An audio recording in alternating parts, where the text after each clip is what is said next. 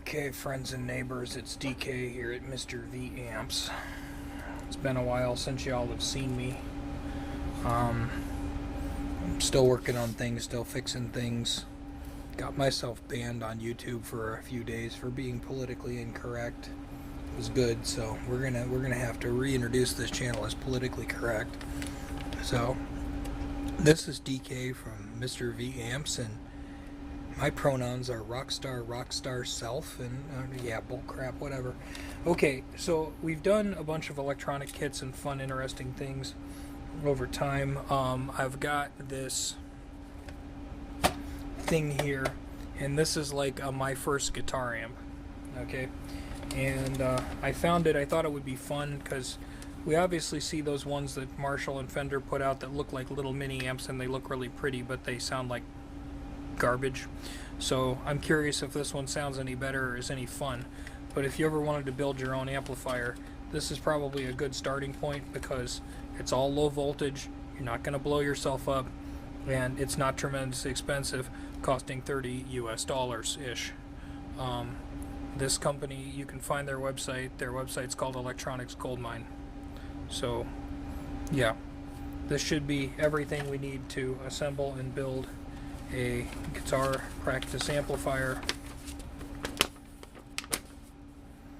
And we have stuff here, and it explains to us how one figures out the polarity of the transistors and the IC and the capacitors and the values and all of that.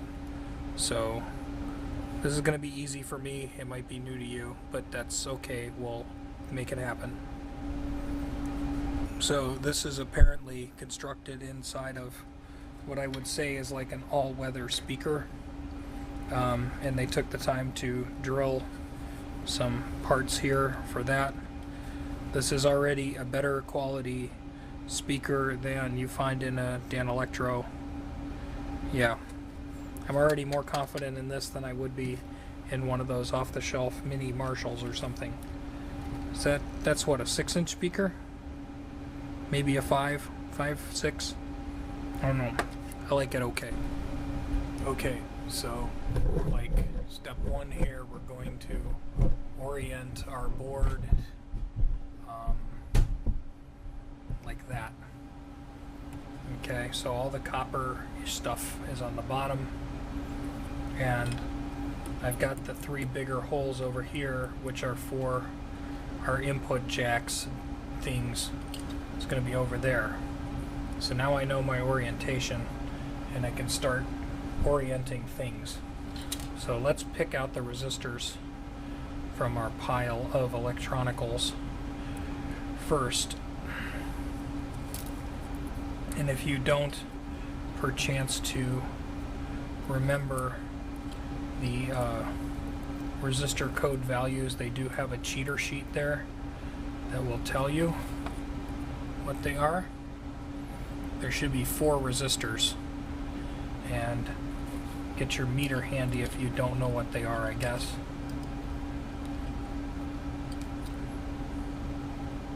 So to start with R1. R1 on our category here is 1 mega ohm. So 1 mega ohm would be like brown, black, and then green as the multiplier. So that would be this one. Brown, black. I think that's green. I'm pretty certain it is. I don't see any other ones that have green, but just for my own amusement, we'll double check it with our little beepy meter to make sure we're not wrong, because dyslexia is a heck of a drug. That measures at 980 ohms, so yes, that's a 1 meg. So that goes here.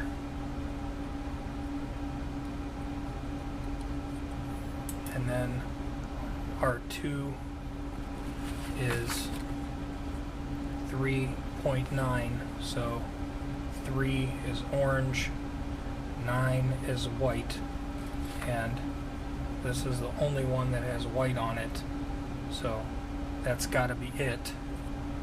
And if we're concerned about it, we can check it with our multimeter and find out that, go back to 20K here.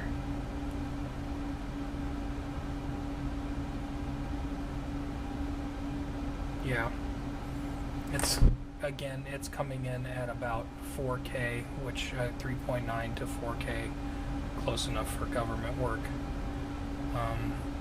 That appears to go just above the transistor, which has the 3 legs there. I can see them, so we'll put that in there.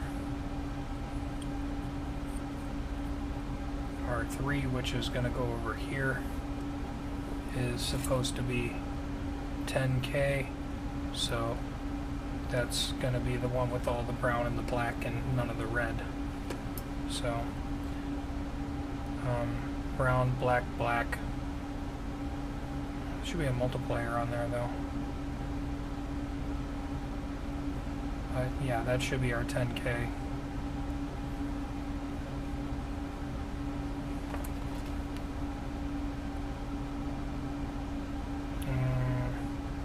That's coming off as like a 0 ohm or a 1 ohm. That doesn't make any sense. Oh wait, that's because I'm stupid. That doesn't say 10K. R3 says 10 ohms. Dummy. So yeah, this is 10 ohms. That would be, yeah, brown, black, black. I would have got it right anyway, but then I would have told you wrong, and then I would have felt stupid for telling you wrong. So that's that. And then R4, by process of elimination, should be this, which should be 8.2. And 8 is gray, and a 2 is red. So yeah, 8.2, that looks good. And that's going to go over here, like that.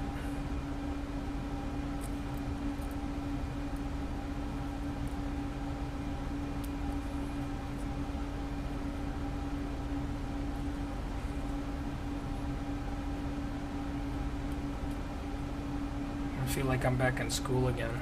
My first soldering kit. How fun.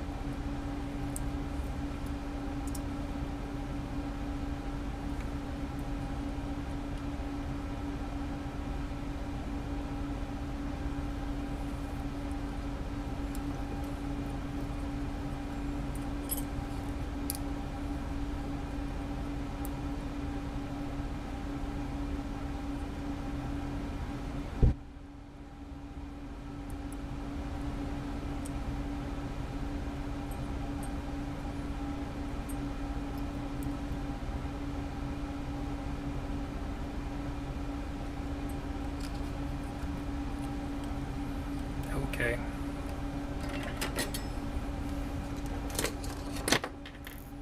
Clip and snip time. Oops. Need to solder all the points before we clip and snip. Oops. There.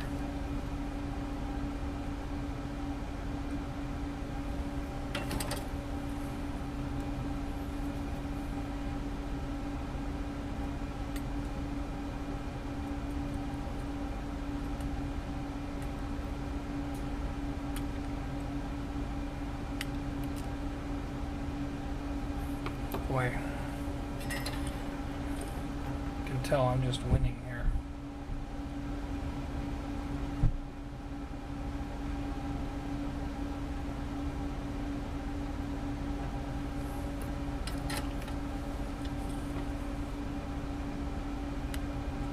These LED lights I'm working under look really good to the camera, I'm sure. they kind of look like crap on your generic eyeballs. Okay, phase 1 complete. What shall we do next? Shall we do capacitors or shall we do resistors?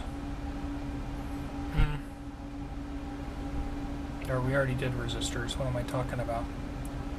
Let's do the IC, just because of the height that I think it is. We got some bended pins here, so I'm going to straighten them out. And in the picture, that little cutout, they have it going towards me, so I'll just respect that. Now when you flip this over, it's going to want to fall out, so one of the tricks is just to kind of use your fingies and bend those pins out a little bit so it can't fall out on its own when you flip it back over. And then, you know, when you solder it, then it'll be solid for sure.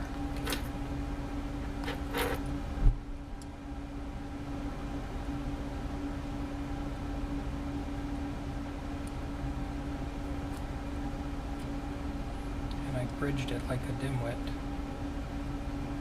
Is that supposed to be bridged? I can't tell. I didn't look. I didn't look if those two were bridged, but they are bridged now. Oops.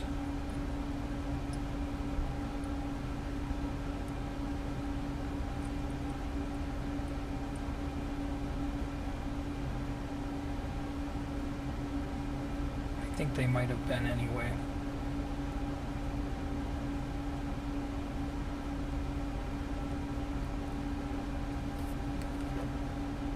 Would it be a good idea to cheat and see if there's a photo of the board? There is on page 2. And yes, those two pins were bridged. So the solder flowing between them is normal and of no consequence. Good.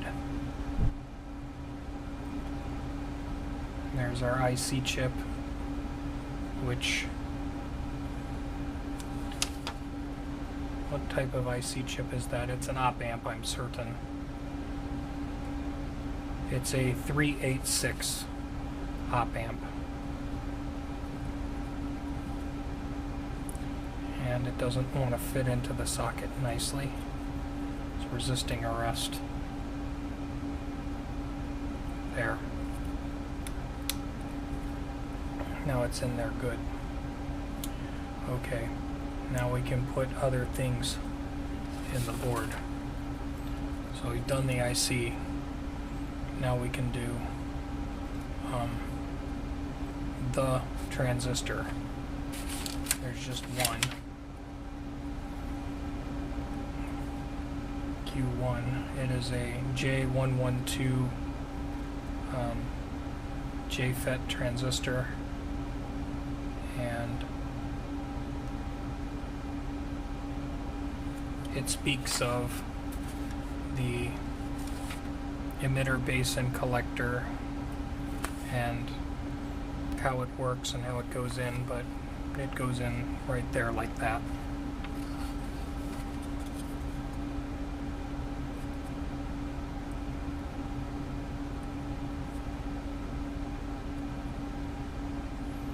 I think we can put some more components down though before we get too crazy. Let's see, next to it is C1. So that's a 0.7 mylar capacitor. Now there are 3 disc capacitors, so it's obviously not one of those. And the other mylars are this one and the other one. And this one reads 474, so that should be the one. What's the other one? One's 0.047 and one's 0.47. So 474 and 473. I wish I could read them under these lights, but I can't. So I'm just going to cheat. we need to find the bigger one of the two. So we'll just snip the two of them out of there.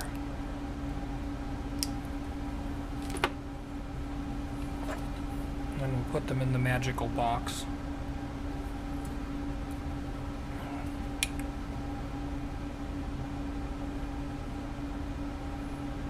$477.3 nanofarad.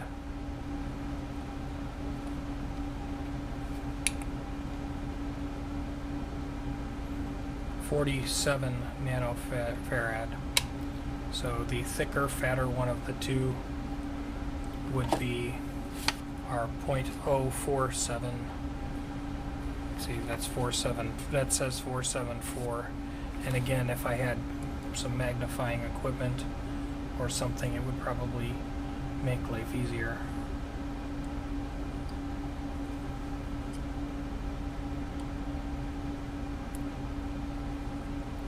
The other one is C5, which goes up here. These are non-polarized capacitors. You can put them in either way and they'll work. If you want to get Mr. Carlson OCD level on the direction that they are, be my guest.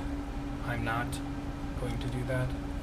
And then C2, 3, and 4 are these disc capacitors respectively, and they're 0.1 microfarad. So yeah, 2, 3, 4 are these three, and they go first there, there, and over there.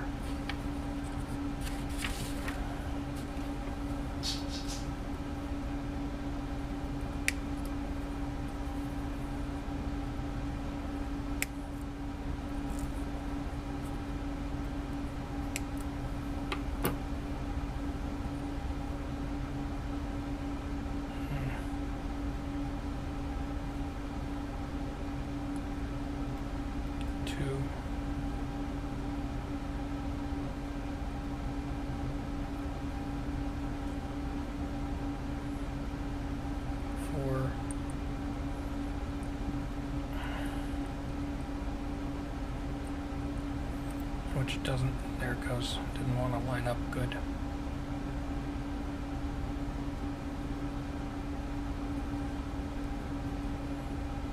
And 3.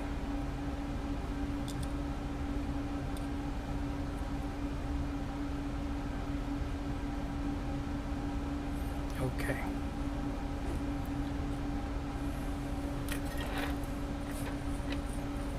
Now, when we solder the transistor over here, which we will, try to get the heat off of that a little quicker. You don't want to bake these components, you just want to get them to solder down.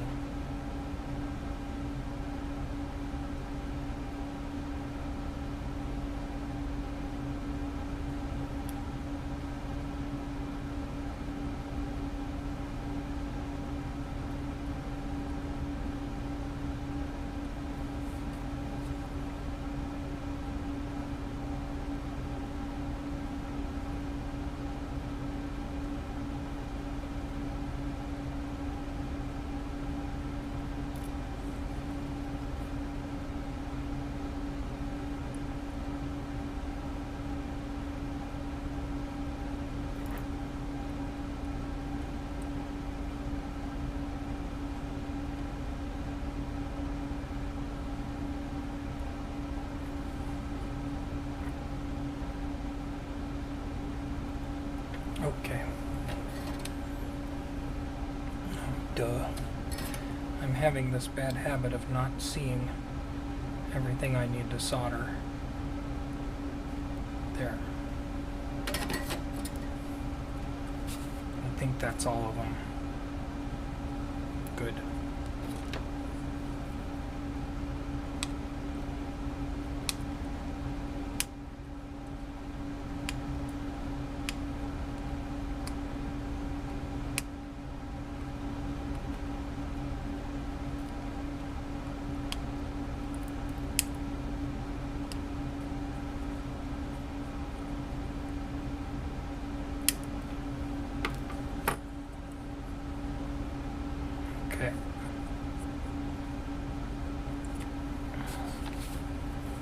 I still have some electrolytic capacitors, 6, 7, 8. So 6 is 220 microfarad.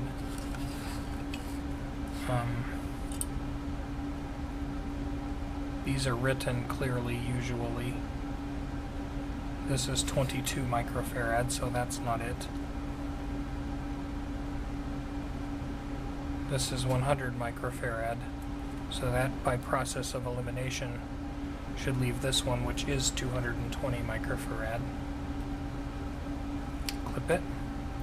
Now, if I were to have pulled it out of the paper, the longer leg represents the positive, and also this white colored stripe represents the negative. So seeing it here, you would put the negative, or the white stripe, facing away from me when I put this into position here.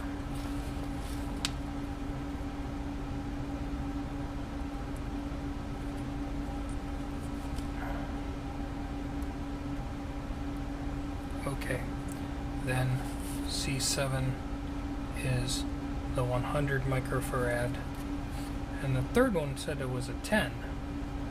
Why did I get a 22 rather than a 10? Did they revise something and not tell me?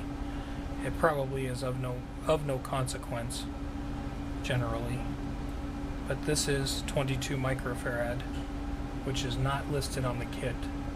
But since it's the closest value to 10, I'm going to assume they did a little bit of a substitution. If something is funny about the way the kit works, we'll come back and we'll change that. Okay. So 100 microfarad would be this C7, which is this one that goes over here. Yep.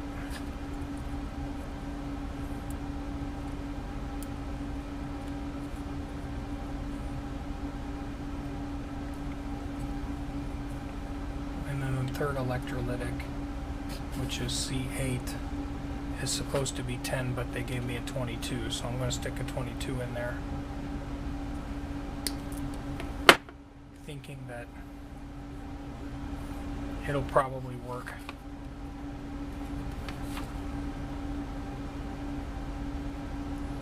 And again, observe your polarity. In this case, the positive is towards me and the negative is away from me. And we can solder those in. Or you can solder them in if you're Canadian, I suppose.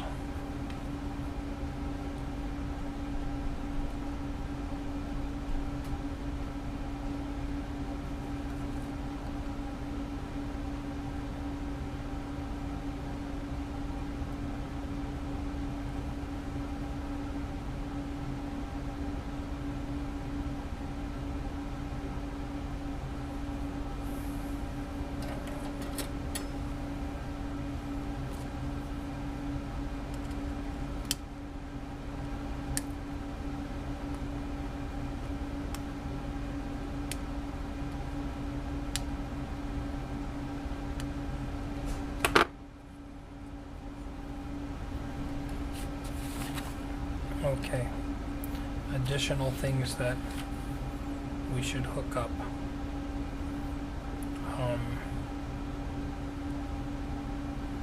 There's a trimmer pot here, and that's supposed to go here.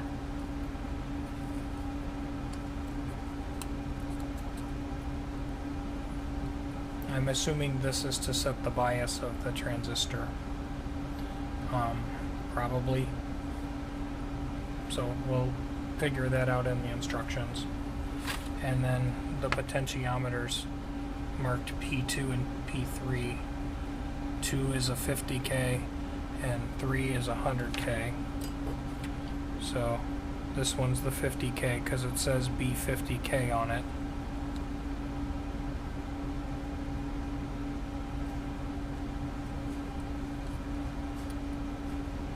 And the legs got bent in transit.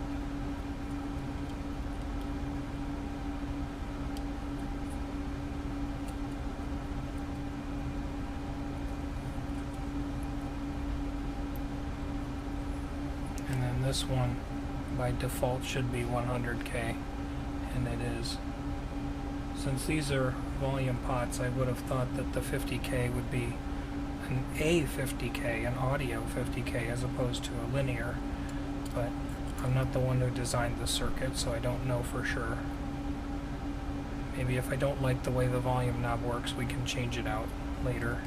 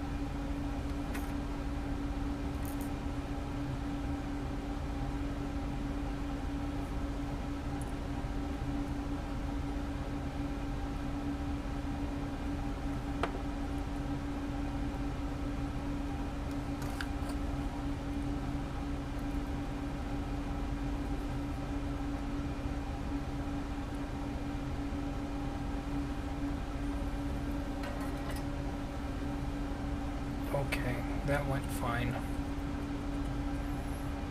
Now what else do I have to install? The battery connector, the power switch, and the speaker and the LED.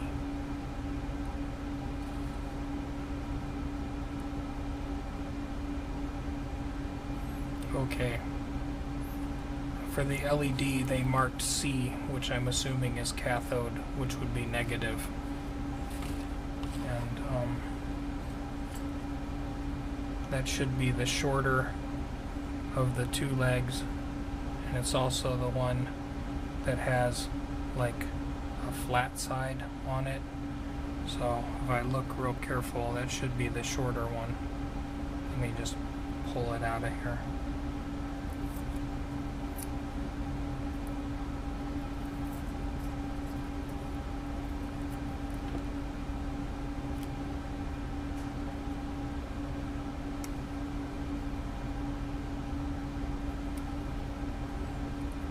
Good.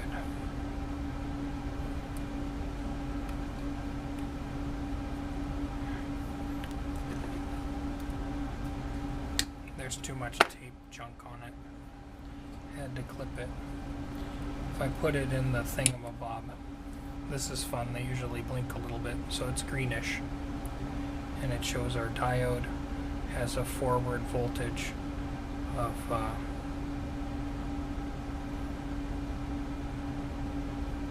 886 millivolts and a voltage drop of 2.5. Okay, so this flat side is the negative, and our little test thing confirmed that too. It's just showing us to put the LED there, which seems okay, but at the same time I would think we might be able to like bend it so it goes in there. So based on that thought,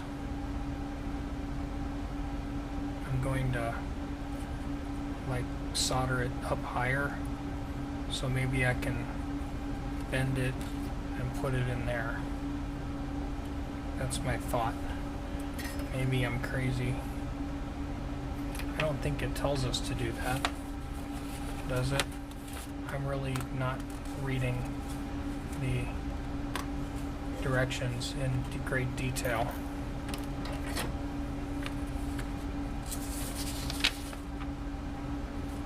But we got a schematic and this kind of stuff. It's good for rookie.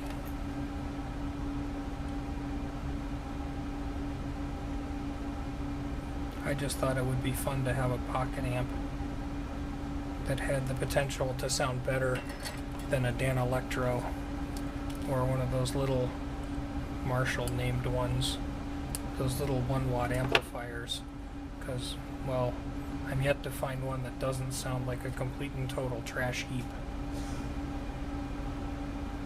Okay, so the speaker wire's in there, the input jack wire's here, and like the power goes over there.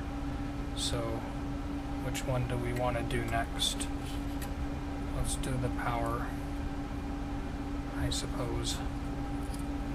So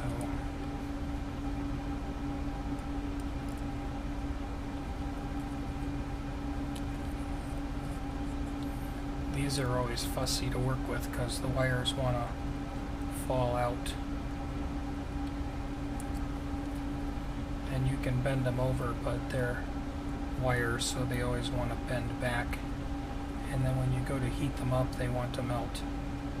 So maybe try to get hot solder on the pad first, and then just quick bring your wire in. Might be a good theory of how to do that. That seems like it worked pretty good.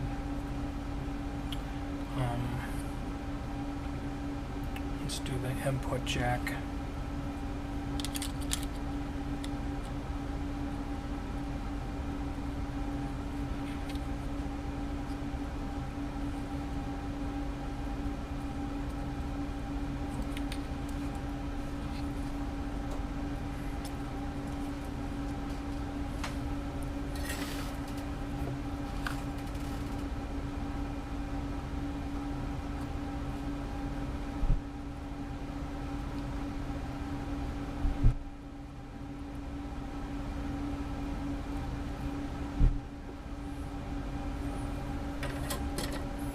Okay. Then let's see. The speaker goes here and the switch goes here. So I guess we'll do the speaker. The speaker goes there.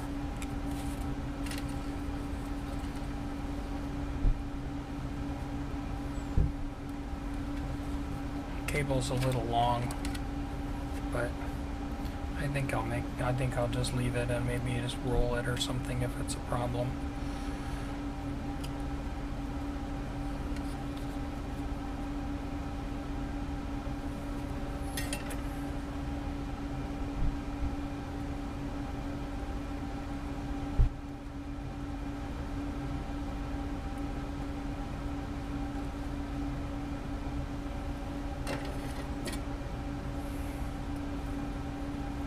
And then the last thing we have for this is an on-off switch. So they gave us a piece of wire for that. So I'll half that, and then stripping the wire is appropriate. You can use your teeth if you don't have a wire stripper. Your dentist will thank you for that.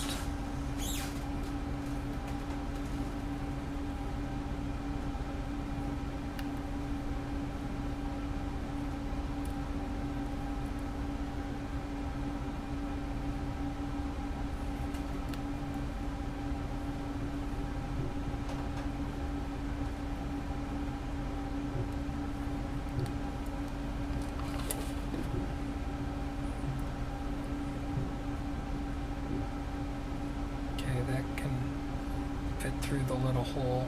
That's kind of cool. And then I think I left this a little bit longer than I want it to be. I'll just shorten it a little bit.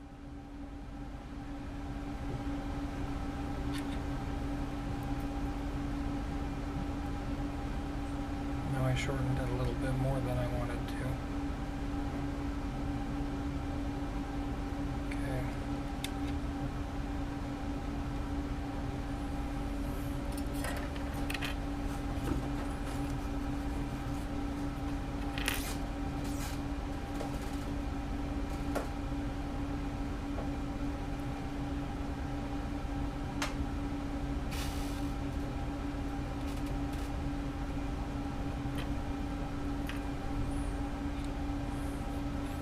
Okay, the one side soldered up easily, although I did melt a little bit of the insulation that I was hoping not to.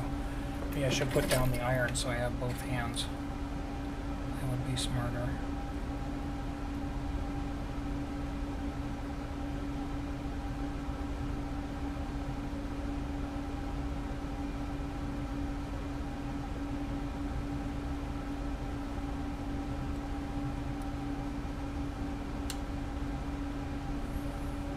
I'm going to get double fancy with this switch.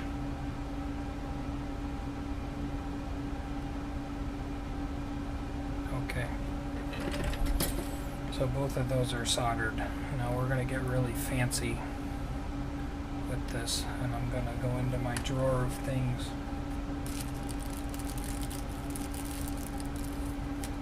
I'm going to pull out the magic shrink wrap tubing.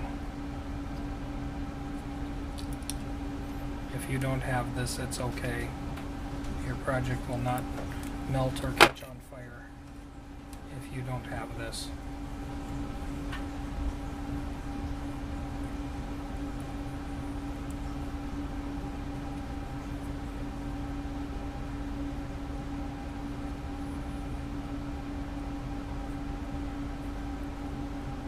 Now for our favorite part, fire.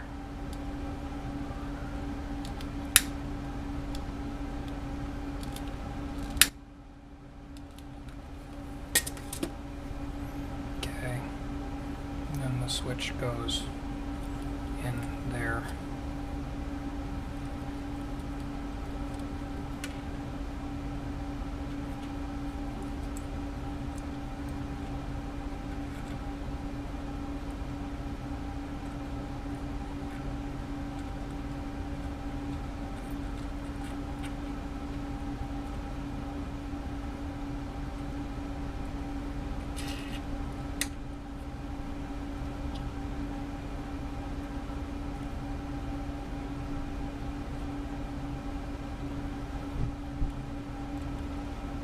Wires are a pain in my butt.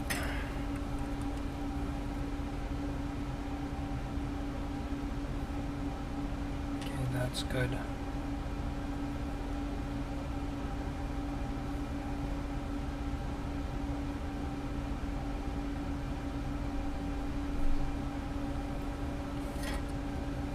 Okay, so we did that all in one single cut.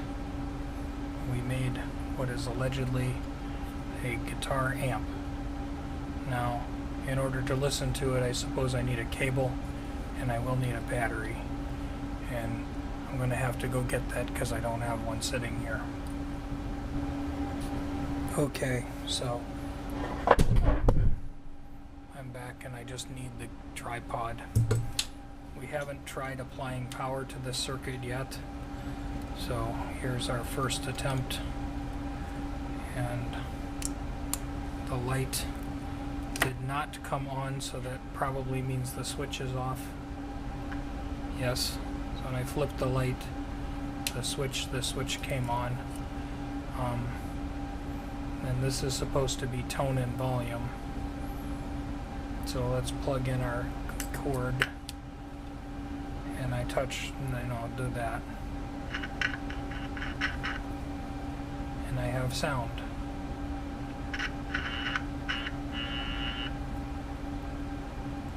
So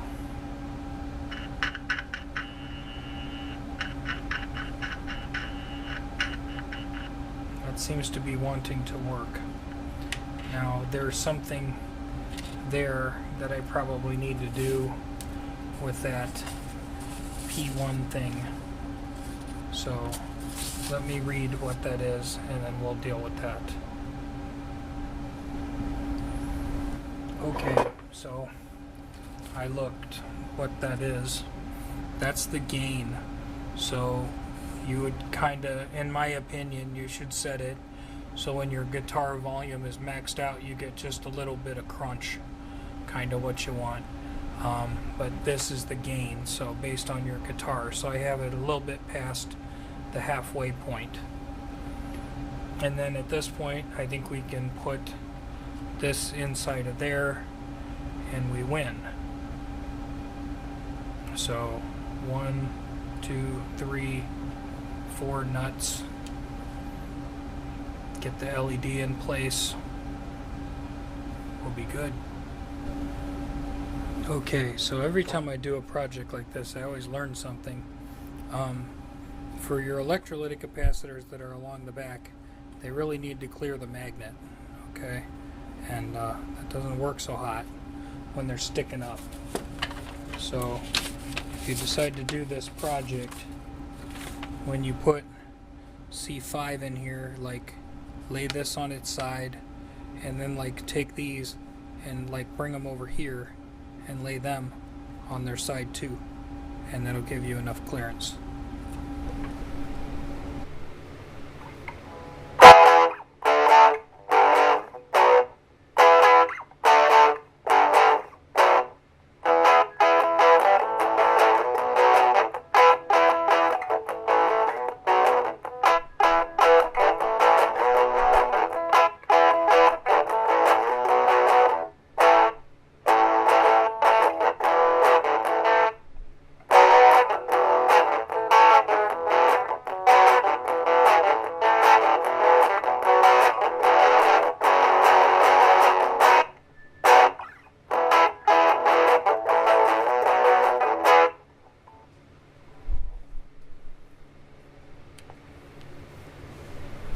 So